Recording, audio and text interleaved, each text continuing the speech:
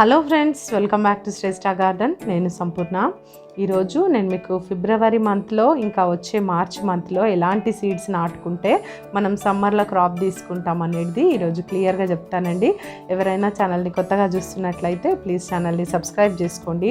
Video skip చేయకుండా చూస్తే మరి ఎటువంటి ఇన్ఫర్మేషన్ కూడా మిస్ అవ్వకుండా ఉంటారు. అయితే ముందుగా సీడ్స్ గురించి ఒక చిన్న ఇన్ఫర్మేషన్ అండి. ఇప్పుడు మీరు చూస్తున్న సీడ్స్ అన్నీ కూడా నా దగ్గర అవైలబుల్ ఉన్నాయి. మీకు ఎవరికైనా సీడ్స్ కావాలి అని అంటే డిస్క్రిప్షన్లో నంబర్ ఉంటుంది. మీరు ఆ నెంబర్కి వాట్సాప్ మెసేజ్ మాత్రమే చేయండి. మీరు మెసేజ్ చేస్తే నేను మీకు సీడ్స్ లిస్ట్ సెండ్ చేస్తాను. మీరు ఆర్డర్ చేసుకోవచ్చు. దాదాపుగా అన్ని రకాల సీడ్స్ అయితే మన టెర్రస్ పైన ఈ సమ్మర్ కోసం మనం నాటుకోవచ్చండి. వాటిలో ముఖ్యంగా సొరకాయ, బీరకాయ, వంగలో రకాలండి. వంకాయలలో చాలా రకాలు ఉంటాయి కదా మనకు. లాంగ్ అని, షార్ట్ అని, పర్పుల్ అని, వైట్ అని, గ్రీన్ అని, ఇలా ఎన్ని రకాలు ఉంటాయో అన్ని రకాల బ్రింజాల్స్ మరి అన్ని సీజన్స్లలో వస్తాయండి. మనం వాడుకోవచ్చు, నాటుకోవచ్చు.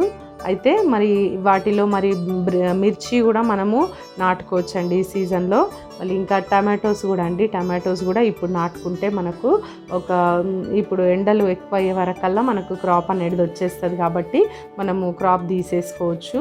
అయితే ఇంకా వాటిలో కాకరకాయలు కూడానండి. కాకరకాయలు కూడా ఎప్పుడు వస్తూనే ఉంటాయి. ఈ కాకరకాయ సీడ్స్ వచ్చేసి మనము ఎవ్రీ 2 monthsకి ఒకసారి అక్కడక్కడ సీడ్స్ నాటుతూనే ఉండాలండి. మనకు కాకరపాదులు వస్తూనే ఉంటాయి, కాకరకాయలు వస్తూనే ఉంటాయి. ఇప్పుడు నేనైతే అలాగే చేస్తాను.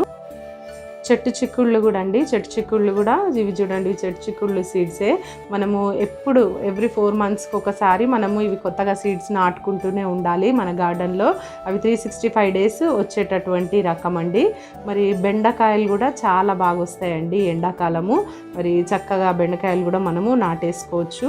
ఇంకా ఆకుకూరలకు వస్తే మనము అన్ని రకాల ఆకుకూరలు ఈ సమ్మర్లో అయితే చాలా బాగా వస్తాయి. వాటిలో తోటకూర, పాలకూర, ఈ గంగవల్లి కూర, ఇంకా అసలు తోటకూరలో చాలా రకాలు ఉంటాయండి. అవన్నీ కూడా మనం వేసుకోవచ్చు. మరి చాలా బాగా అయితే ఆకుకూరలు అయితే వస్తాయి. కొత్తిమీర కానీ, మెంతికూర కానీ, ఇవన్నీ కూడా ఈజీగా వస్తాయి. ఇంకా ఈ ఫిబ్రవరిలో మనం రాడిష్ కూడా నాటుకోవచ్చు అండి. అది 1 month క్రాపే కాబట్టి మనకు ఈజీగా హార్వెస్ట్ అయిపోతుంది. అలాగే మనము క్యారెట్, ఇంకా బీట్రూట్ కూడా మనము ఈ మంత్లో అయితే నాటుకోవచ్చు. ఇంకా కొంచెం ఎండలు ఎక్కువ అయిన తర్వాత అయితే అంత బాగా రావు, కానీ ఇప్పుడైతే మనం నాటుకోవచ్చండి. ఆనియన్ సీడ్స్ కూడా మనం ఈ నెలలో నాటుకోవచ్చండి. ఎండాకాలం అంతా కూడా చక్కగా వస్తాయి ఆనియన్స్. తక్కువ మెయింటెనెన్స్తో మరి చాలా బాగా మనం ఆనియన్స్ అయితే తీసుకోవచ్చు. ఇంట్రెస్ట్ ఉన్న వాళ్ళు ఆనియన్ సీడ్స్ కూడా నాటుకోవచ్చు. నాటకూడని విత్తనాలు అసలు అంటే ఈ మంత్లో మనకు పొట్లకాయలు అయితే ఎండాకాలంలో రావండి. ఇంకా వచ్చేసి తీగ చిక్కుళ్ళు కూడా మనకు ఈ ఎండాకాలంలో రావు. ఈ విత్తనాలు మనం ఇప్పుడు నాటకపోవడం మంచిది. ఆగస్టు మంత్లో అట్లా నాటుకుంటే మనకు చలికాలంకు క్రాప్ అనేది వస్తుంది. కొన్ని విత్తనాలు మనము డైరెక్ట్గా మనం కుండీలలో నాటేటివి ఉంటాయండి.